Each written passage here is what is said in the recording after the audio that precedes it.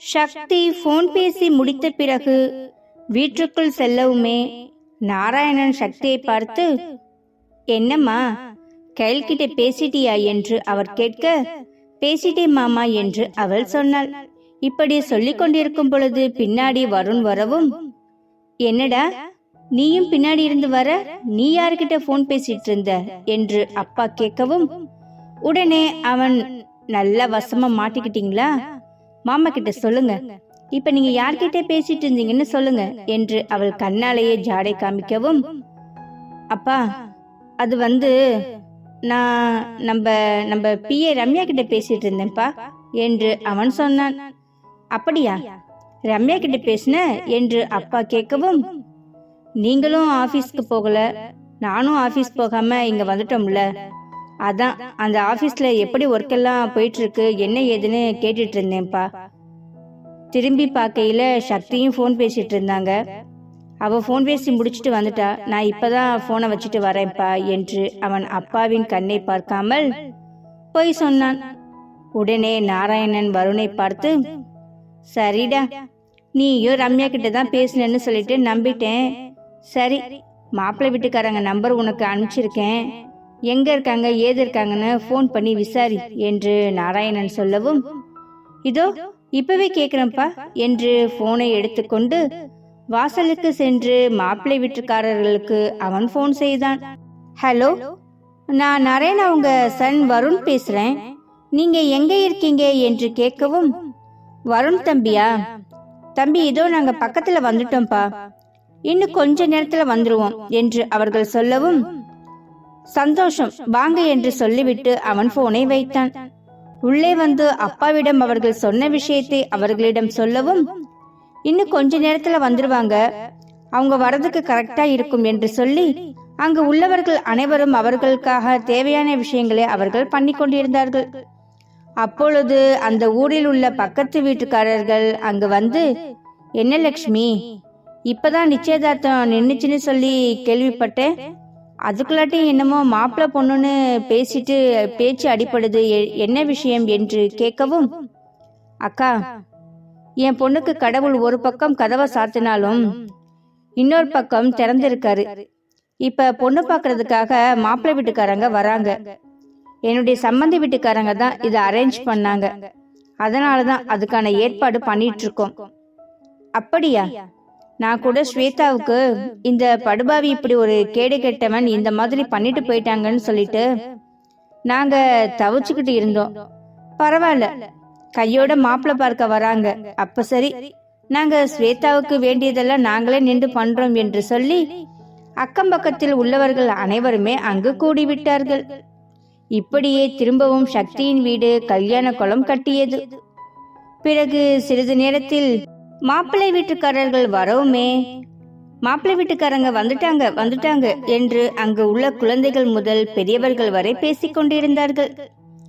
வெளியே சென்று மாப்பிள்ளை வீட்டுக்காரர்களை வாங்க என்று உள்ளே அழைத்து அவர்களை அங்கு போடப்பட்டிருந்த சேரில் அனைவரையும் அமர வைத்தார்கள். மாப்பிள்ளை வீட்டுக்காரர்கள் அனைவரும் அமர்ந்து சக்தியின் ஃபேமிலி, வருணின் ஃபேமிலி என்று அனைவருமே பேசிக் கொண்டிருந்தார்கள். அப்புறம் குமார், எப்படி இருக்க, நல்லா இருக்கியா, உன்னை பார்த்து ரொம்ப நாளாச்சு என்று கேட்கவும், நான் நல்லா இருக்கேன் நாராயணா, உன்னை பார்த்துதான் ரொம்ப நாளாச்சு, நீ எப்படிமா இருக்க சுமதி என்று அவர் கேட்கவும், நான் நல்லா இருக்கேன் அண்ணே, நீங்க எப்படி இருக்கீங்க என்று சொல்லி கேட்கவும், நானும் நல்லா இருக்கேன் என்று சொல்லி அவர்கள் அப்படியே சிறிது நேரம் பேசிவிட்டு, நாராயணன், நான் சொன்னேன்ல, இவர் தான் பொண்ணோட அப்பா, அவங்க பொண்ணோட அம்மா லக்ஷ்மி, அது பொண்ணோட தங்கச்சி சக்தி, இவங்க தான் நான் சொன்ன ஃபேமிலி என்று சொல்லி அவர்களை அறிமுகப்படுத்தவும், அவர்கள் அனைவருமே ஒருவருக்கு ஒருவர் அறிமுகப்படுத்திக் கொண்டு, சரி பேசிட்டு இருந்தா எப்படி, பொண்ணை ஃபர்ஸ்ட் பார்த்துடலாம் என்று சொல்லி பெண்ணை பார்க்கலாம் என்று அவர்கள் கேட்கவும், உடனே ரகுராமன், மாப்பிள்ளை எதுவுமே பேசாம அமைதியா இருக்காரு என்று கேட்கவும், அவன் கொஞ்சம் கூச்சப்படுவான் பேசுறதுக்கு, இப்ப புது இடம் இல்லைங்களா, போக போக பழகுவான் என்று அவர்கள் சொல்லவும், பிறகு சக்தியும் சுமதியும் அறைக்கு சென்று ஸ்வேதாவை அழைத்து கொண்டு வந்து அவர்களிடம் காண்பித்தார்கள். ஸ்வேதா அனைவருக்கும் வணக்கம் சொல்லிவிட்டு சிறிது நேரம் அங்கு அமர்ந்து அனைவரும் பொண்ணை பார்த்தார்கள். குமாரு, இதுதான் பொண்ணு, பார்த்துக்கோ என்று அவர் சொல்லவும், என்கிட்ட சொல்லி என்னடா, மாப்பிள்ளை கிட்ட தான் சொல்லணும். டே சதீஷ், மாப்பிள்ளை பார்த்துக்கொள் என்று அப்பா சொல்லவும், உடனே சதீஷ் ஸ்வேதாவை ஏறெடுத்து பார்த்தான். அப்பொழுது ஸ்வேதாவும் அவனை பார்க்கவும் இருவரும் ஒருவரை ஒருவர் பார்த்து கொண்டார்கள். அவர்கள் ஒரு பார்வையிலேயே அவர்களுக்கு பிடித்து போக அப்படியே ஸ்வேதா தலையை குனிந்து கொண்டாள். என்னடா, பொண்ணு பிடிச்சிருக்காடா என்று அப்பா கேட்கவும் அவன் வெக்கத்தோடும் நாணத்தோடும் சரி என்று சொன்னான். அப்புறம் என்ன, மாப்பிள்ளைக்கு பொண்ணு பிடிச்சிருச்சு, பொண்ணுக்கு மாப்பிள்ளைய பிடிச்சிருக்கான்னு தெரிஞ்சிருச்சுன்னா நம்ம ஆக வேண்டிய விஷயத்த பார்க்க வேண்டியதுதான் என்று சொல்லவும், உடனே சக்தியும் சுமதியும் பெண்ணை அறைக்கு அழைத்து சென்று, ஸ்வேதாமா, நீ சொல்லு, நாங்க எல்லாம் மாப்பிள்ளை பார்த்து இருக்கோம்னு சொல்லிட்டு நீ அதுக்காக எல்லாம் ஒத்துக்க வேணாம்.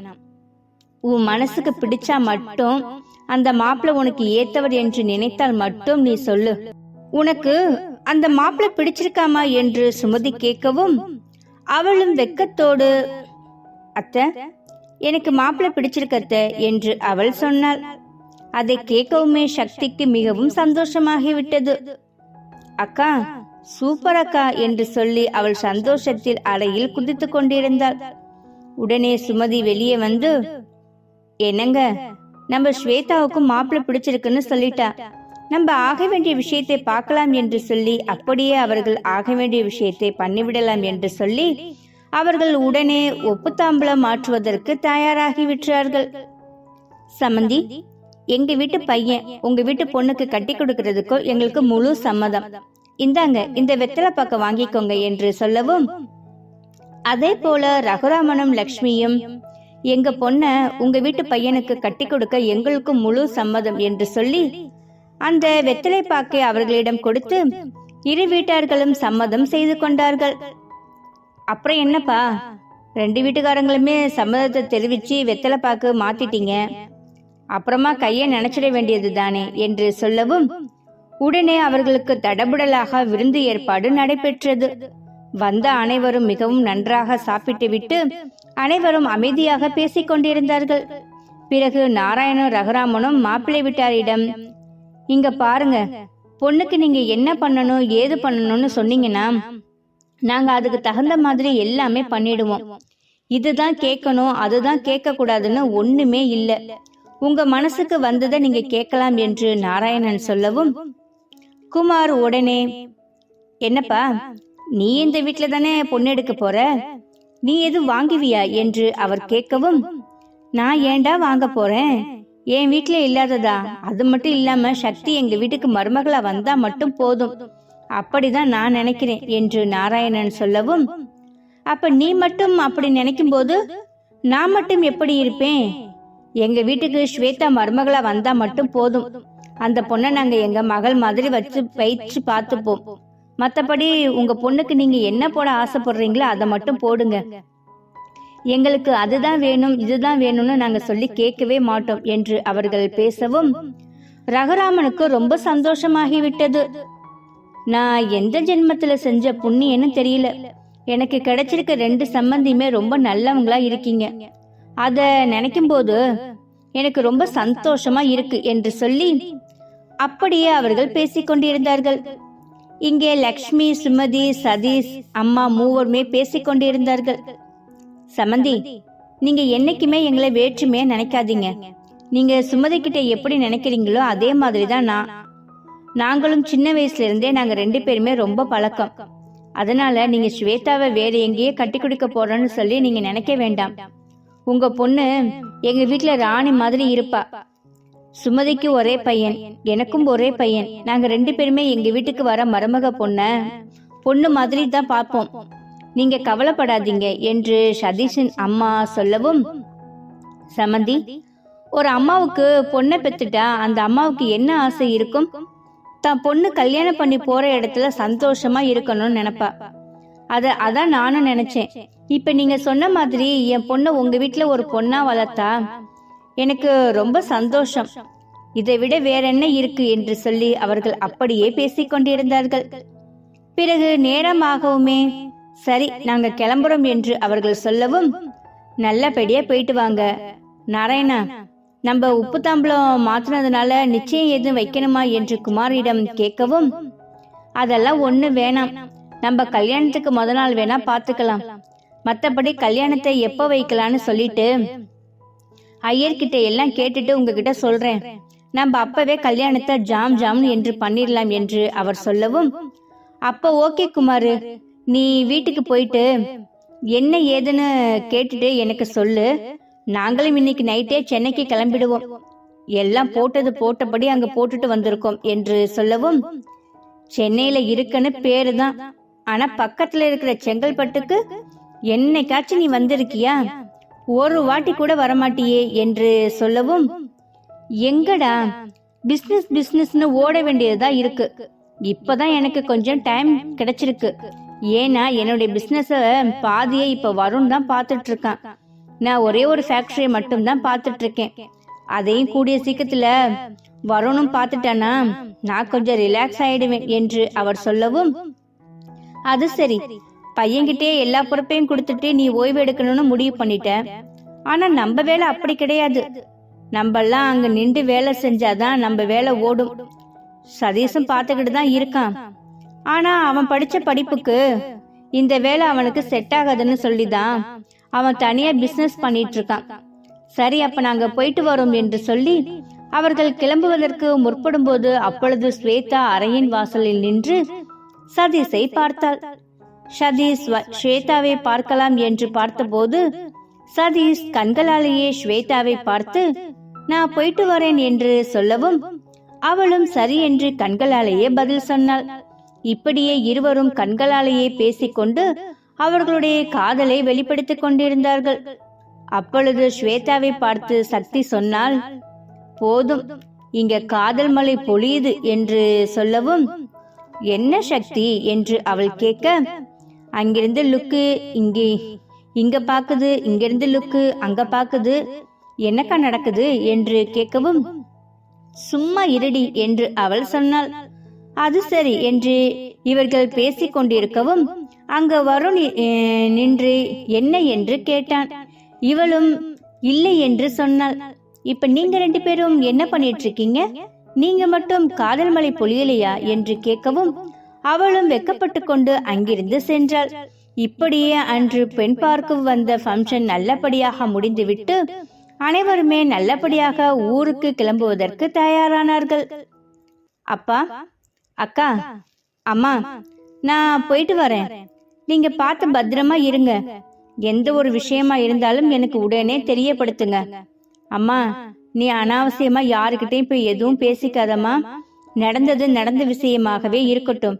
அந்த அம்மா கிட்ட நீ எதுவுமே போய் கேட்டுக்காத, சரியா என்று சக்தி சொல்லவும், சரிம்மா, நான் எதுவும் கேட்டுக்கொள்ளல. நீ பார்த்து பத்திரமா போயிட்டு சீக்கிரமா 1 மாசத்துல வந்துருமா. மாப்பிள்ளை வீட்டுல வேற 1 மாசத்துல கல்யாணம் பண்ணணும்னு சொல்லி இருக்காங்க. நீ இங்க இருந்தாதாமா எங்களுக்கு கொஞ்சம் வசதியா இருக்கும் என்று அம்மா சொல்லவும், சம்மந்தி கவலைப்படாதீங்க, சக்தியை நான் ஒரு 15 நாள்ல அனுப்பிச்சு விடுறேன். அங்க கொஞ்சம் சில வேலையெல்லாம் அவளுக்கு இருக்கு, அதனாலதான் இப்ப கூட்டிட்டு போறோம் என்று சொல்லவும், சரி சம்மந்தி, நீங்க பார்த்து பத்திரமா போங்க, போயிட்டு எங்களுக்கு போன் பண்ணுங்க என்று சொல்லவும், சரிம்மா, நான் போயிட்டு வரேன். சரியத்த, நானும் போயிட்டு வரேன் என்று வருண் சொல்லவும், வருண் வந்த காரில் சக்தியும் வருணும், நாராயணும் சுமதியும் வந்த காரில் டிரைவரும் நாராயண சுமதியும் சென்னையை நோக்கி பயணித்தார்கள். போகும்போது சக்தி ஸ்வேதாவிடம், ஸ்வேதாக்கா, இந்தா இதுதான் சதீஷோட நம்பர், வருண் கொடுத்தார். உனக்கு அவர்கிட்ட பேசணும்னு ஆசையா இருந்தா நீ அவர்கிட்ட பேசிக்கோ, இந்த நம்பர் என்று சொல்லி நம்பரையும் அவள் ஒரு போனையும் அவள் கையில் கொடுத்து விட்டு சென்றாள். சக்தி, ரொம்ப நன்றிடி, நான் கூட கேட்கணும்னு நினைச்சிட்டே இருந்தேன், நீ ஏன் கொடுத்துட்ட. அக்கா மனசு அறிஞ்ச தங்கச்சி, ரொம்ப தேங்க்ஸ் என்று சொல்லவும், அது சரி, உனக்கு இப்படிப்பட்ட நல்ல மாப்பிள்ள கிடைச்சது எனக்கு ரொம்ப சந்தோஷமா இருக்கு அக்கா. சரிக்கா, நீ பார்த்து பத்திரமா இரு. நீ வெளியில எங்கேயும் போகாத, சரியா? எதுவா இருந்தாலும் அம்மா கிட்ட கேளு, அம்மா வாங்கி கொடுப்பாங்க என்று சொல்லி அவர்கள் அனைவரிடமும் சொல்லிவிட்டு அவர்கள் சென்னையை நோக்கி பயணித்துக் கொண்டிருந்தார்கள். சென்னையை நோக்கி சென்று கொண்டிருக்கும் பொழுது சுமதியும் நாராயணனும் பேசிக்கொண்டே சென்றார்கள். எப்படியோ நல்லபடியா ஸ்வேதாவை பொண்ணு பார்க்கிற ஃபங்க்ஷன் நல்லபடியா முடிஞ்சிருச்சு. இப்பதான் எனக்கு மனசுக்குள்ள முழு நிம்மதியா இருக்கு. நம்ம சக்தி நம்ம வீட்டுக்கு மருமகளா வந்துடுவாங்க, நம்பிக்கை எனக்கு வந்துருச்சு. எப்படிடா உங்க வீட்டுல போய் இத பத்தி பேசலன்னு நான் நிறைய யோசிச்சேன். ஆனா டக்குன்னு நம்ம போய் பேசவுமே அவங்களும் சரின்னு சொல்லிட்டாங்களே. நம்ம சக்தியோட அம்மாவும் அப்பாவும் சக்தியின் மனசு புரிஞ்சு நடந்துக்கிறாங்க. இப்படிப்பட்ட அம்மா அப்பா கிடைக்கிறதுக்கு சக்தி ரொம்ப கொடுத்து வச்சிருக்கணும் என்று சொல்லி சக்தியின் குடும்பத்தை பற்றி அவர்கள் சந்தோஷமாக பேசிக் கொண்டிருந்தார்கள். இங்கு வருண் சக்தி வண்டியில் போய்கொண்டிருக்கும் பொழுது, வருண், நீங்க இல்லைனா இந்த ஒரு விஷயம் நடந்திருக்குமாங்கிறது எனக்கு தெரியல. நல்ல வேலை, கரெக்டான நேரத்துல கரெக்டான முடிவெடுத்து கரெக்டா வந்து நிச்சயத்தை நிப்பாட்டி அக்காவுக்கு ஒரு நல்ல இடத்துலயும் மாப்பிளையும் பார்த்தாச்சு. எனக்கு இப்ப எப்படி தெரியுமா இருக்கு, நான் ரொம்ப சந்தோஷமா இருக்கேன் என்று சொல்லி அவர்கள் இப்படியே சந்தோஷப்பட்டு கொண்டிருந்தார்கள். சக்தி, எனக்கு ரொம்ப சந்தோஷம்தான். நம்மளுடைய காதலை வீட்டுல சொல்லவுமே உங்க அப்பா அம்மா ஏதாச்சும் எதிர்ப்பு தெரிவிப்பாங்கன்னு நினைச்சேன். ஆனா பரவாயில்ல, அத்தா மாமாவும் எதுவுமே சொல்லாம நம்ம காதலுக்கு சம்மதம் சொல்லிட்டாங்க. எனக்கு இப்ப ரொம்ப சந்தோஷமா இருக்கு என்று சக்தி சொல்லவும், ஆமா வருண், நான் கூட ரொம்ப பயந்துட்டே இருந்தேன், அப்பாவும் அம்மாவும் ஏதாச்சும் சொல்லிடுவாங்களோன்னு. அக்கா ஒருத்தி வீட்டுல இருக்கும்போது உனக்கு என்னடி காதல் கேக்குதுன்னு சொல்லி என்னை திட்டுவாங்கன்னு நான் எதிர்பார்த்தேன். ஆனா அந்த மாதிரி எதுவுமே நடக்கல. நானுமே சந்தோஷத்தை தான் மிதந்துட்டு இருக்கேன். இன்னும் ஒரு விஷயம் சக்தி, அன்னைக்கு காரை விட்டு இறங்கி அப்படி போய் அந்த ஆளை அப்படி கத்தினியே, அத பாக்கும்போது நானே கொஞ்ச நேரம் மிரண்டு போயிட்டேன். என்னது, நீங்க அங்க பேசின விஷயம் எல்லாத்தையும் பாத்தீங்களா? பின்ன காரை கொண்டு போய் நிப்பாட்டிட்டு நானும் உன் பின்னாடியே தான் வந்தேன். வந்து நீ பேசின ஒவ்வொரு விஷயத்தையும் நான் கேட்டுக்கிட்டு தான் இருந்தேன். அந்த அம்மா பேசிய பேச்சு, அந்த குணா பேசிய பேச்சு எல்லாத்தையுமே கேட்டுட்டு தான் இருந்தேன். ஆனா நீ கொஞ்சம் கூட அசராம அவங்க 2 பேருக்குமே பதில் சொல்லி அவங்க 2 பேரையுமே அந்த வீட்டை விட்டு அனுப்பிச்சியே, அதுதான் சக்தி கிரேட் என்று வருண் சொல்லவும், பின்ன இவ்வளவு பெரிய மோசமா இருந்துகிட்டு கொஞ்சம் கூட மனசாட்சி உறுத்தாம ஒரு பொண்ணை பார்க்க வந்திருக்கானா, அவனுக்கு எவ்வளவு நெஞ்செழுத்தம் இருந்திருக்கும். அதுதான் வருண், எனக்கு கோபம் வந்துருச்சு என்று சக்தி சொல்லவும், சக்தி, கொஞ்ச நேரத்துல நீ சந்திரமுகியா மாறினத நான் பார்த்தேன். எப்படி தெரியுமா ஆதங்கத்தோட பேசின. அத பார்க்கும்போது எனக்கு ஒரு பக்கம் சந்தோஷமா இருந்தாலும் ஒரு பக்கம் என்னை நீ இப்படித்தானே பேசுவே என்கின்ற மாதிரி எனக்கு பயமாயிடுச்சு என்று வருண் சொல்லவும், வருண், நான் எதுக்கு உங்களை இப்படி எல்லாம் பேச போறேன்? நீங்க என்ன இந்த மாதிரி எல்லாம் நினைக்கிறீங்க? நான் அப்படியெல்லாம் பேச மாட்டேன் என்று சொல்லி அவர்கள் அப்படியே சந்தோஷமாக பேசிக் கொண்டிருந்தார்கள். இங்கே நிச்சயம் நின்ற கோபத்தில் குணாவும் குணாவின் அம்மாவும் அந்த லட்சுமியிடம் பேசிய பொண்ணும் பேசிக் கொண்டிருந்தார்கள். நல்ல வேளை, அந்த லட்சுமி என்ன எதுவுமே சொல்லல. நீ தானே மாப்பிளைய கூட்டிட்டு வந்தேன்னு சொல்லி என் கழுத்தை பிடிக்காம இருந்தாலே, அது வரைக்கும் சந்தோஷக்கா. இதுக்கப்புறமா உங்க பையனுக்கு பொண்ணு பாருங்க, அதை பாருங்கன்னு இனிமேல் என்கிட்ட சொல்லாதீங்க. இந்தாங்க நீங்க கொடுத்த பணம். இந்த பணத்தை வாங்கி நான் செலவு பண்ணுனா அது எனக்கு தான் பாவம். நான் போயிட்டு வரேன் என்று சொல்லி அந்த பணத்தை திருப்பி கொடுத்து விட்டு அந்த பெண்மணி அங்கிருந்து சென்றாள். அதை கேட்டுக்கொண்டிருந்த குணா, அம்மா, எப்படிமா அவ அங்க வந்தா? அவ இல்லாதனால தானம்மா நம்ம இவ்ளோ பிளான் பண்ணணும். எப்படிமா வந்தா? என்னை ரொம்ப அசிங்கப்படுத்திட்டா, என்னை ரொம்ப கேவலப்படுத்திட்டா. எல்லாரும் முன்னாடி என்ன பொம்பளை பொறிக்குன்னு சொல்லிட்டா. எனக்கு ரொம்ப அவமானமா இருக்கு. அவளை நான் ஏதாச்சும் பண்ணியே ஆகணும். இன்னொரு விஷயம் உனக்கு தெரியுமாடா? நிச்சயம் நின்றுச்சுன்னு சொல்லி நீயும் நானும் இங்க கவலைப்பட்டுக்கிட்டு இருக்கோம். அந்த வீட்டுல நிச்சயம் நின்னுச்சுன்னு கொஞ்சம் கூட கவலை இல்லாம இருக்காங்க தெரியுமா என்று கேட்கவும், என்னமா சொல்ற? நிச்சயம் நின்னுச்சுன்னு சொல்லிட்டு கவலை இல்லாம இருக்காங்களா? எப்படிமா என்று கேட்கவும், தெரியல, யாரோ ஒரு மாப்பிளைய வந்து இப்ப பார்த்துட்டு அவங்க வெத்தலை பாக்கு மாத்திட்டு போயிட்டாங்களாம். அந்த பொண்ணு பிடிச்சிருக்குன்னு சொல்லி இன்னும் கொஞ்ச நாள்ல கல்யாணம்னு சொல்லி இருக்காங்க. இத கேட்க கேட்க எனக்கு அடிவயிறு பத்திக்கிட்டு எரியுது. என் பிள்ளைக்கு கட்டி கொடுக்க வேண்டிய பொண்ணு யாரோ ஒருத்தனுக்கு கட்டி கொடுக்க போறாங்க. நீ என்ன தப்பு பண்ண? ஏதோ சின்ன சின்ன தப்பு பண்ண, அத போய் பெரிய விஷயமா எடுத்துக்கிட்டு உன்னை அந்த சக்தி பொம்பளை பொறுக்கின்னு சொல்லி அசிங்கப்படுத்திட்டாளே. அந்த சக்தி நம்ம எதுவுமே பண்ணக்கூடாது, எந்த அக்காவுக்காக கல்யாணம் பண்ணி கொடுக்க கூடாதுன்னு நினைச்சாலோ அந்த அக்காவை நம்ம ஏதாச்சும் பண்ணாதான் அவ அடங்குவா என்று சொல்லவும், அதான் நானும் பிளான் பண்ணிட்டு இருக்கேன். இருக்கட்டும், உடனேவா கல்யாணம் பண்ண போறாங்க? நான் என்ன ஏதுங்கிறத விசாரிச்சுட்டு அதுக்கப்புறமா அவங்க வீட்டுக்கு நான் கச்சேரி வச்சுக்கிறேன் என்று சொல்லி இங்கே குணா ஆதங்கத்தோடும் வெறியோடும் பேசிக்கொண்டிருந்தான். ஸ்வேதாவே அவன் என்ன செய்ய போகிறான்? ஸ்வேதா அவனிடம் மாட்டிக்கொண்டு என்ன ஆக போகிறாள்? ஸ்வேதாவுக்கு ஏதாவது ஒன்று என்றால் சக்தி எப்படி ஸ்வேதாவை காப்பாற்ற போகிறாள் என்று நாம் வரும் கதையில் தான் பார்க்க முடியும். இங்கே இப்படி கொலைவெறியோடு பேசிக்கொண்டிருக்கும் குணாவை, டேய், எது பண்ணாலும் அமர பொறுமையா பண்ணு. இப்ப மாட்டிக்கிட்ட மாதிரி அப்ப மாட்டக்கூடாது. நம்ம செஞ்ச விஷயம் நாம தான் பண்ணோங்கிற மாதிரி யாருக்குமே தெரியக்கூடாது. அந்த மாதிரி ஒரு விஷயமா இருக்கணும், புரியுதா என்று அம்மா சொல்லவும், கவலைப்படாதம்மா, நான் பண்ற விஷயம் யாருக்குமே தெரியாது, கச்சிதமா முடிச்சிடறேன் என்று சொல்லி அவன் அம்மாவிடம் சொல்லி கொண்டிருந்தான். இங்கு சக்தி நாராயணன் ஃபேமிலியும் கிளம்பிய பிறகு வீட்டில் ரகுராமனும் லக்ஷ்மியும் ஸ்வேதாவும் பேசிக்கொண்டிருந்தார்கள். எப்படியோ லக்ஷ்மி, நம்ம பொண்ணுக்கு ஒரு கெட்டது நடந்தாலும் அது இப்ப நல்லதா முடிஞ்சிருச்சு. ஸ்வேதாவுக்கு பார்த்திருக்க மாப்பிள்ளை வீட்டுக்காரங்களும் ரொம்ப நல்லவங்களா இருக்காங்க.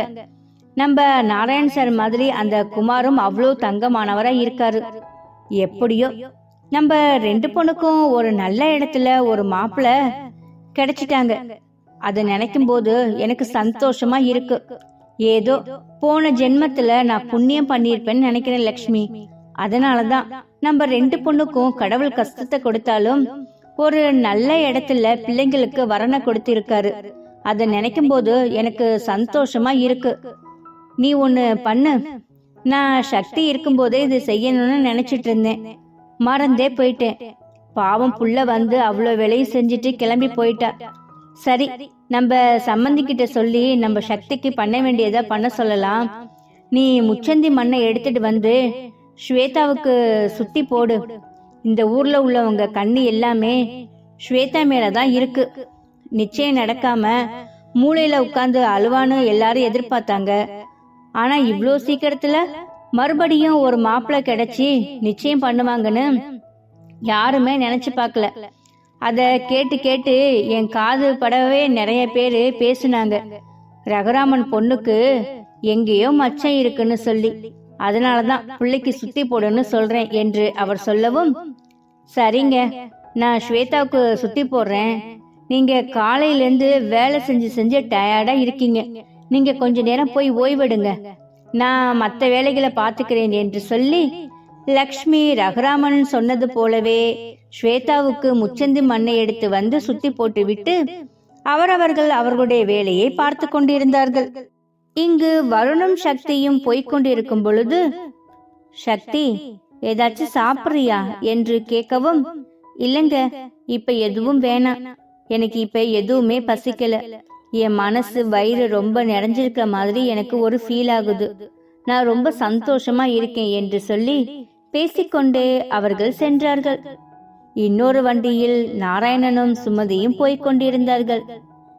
ஏங்க, நம்ம எங்கேயாச்சும் நிப்பாட்டி ஏதாச்சும் சாப்பிடலாமா என்று கேட்கவும், எனக்கு பசிக்கவே இல்லை சுமதி, நம்ம எதுவா இருந்தாலும் நைட்டுக்குள்ள வீட்டுக்கு போயிடுவோம் இல்ல, அங்க போய் பார்த்துக்கலாம், இப்ப எதுவும் எனக்கு வேணாம் என்று சொல்லி அவர்கள் அப்படியே பேசிக்கொண்டு சென்னையை நோக்கி கிளம்பினார்கள்.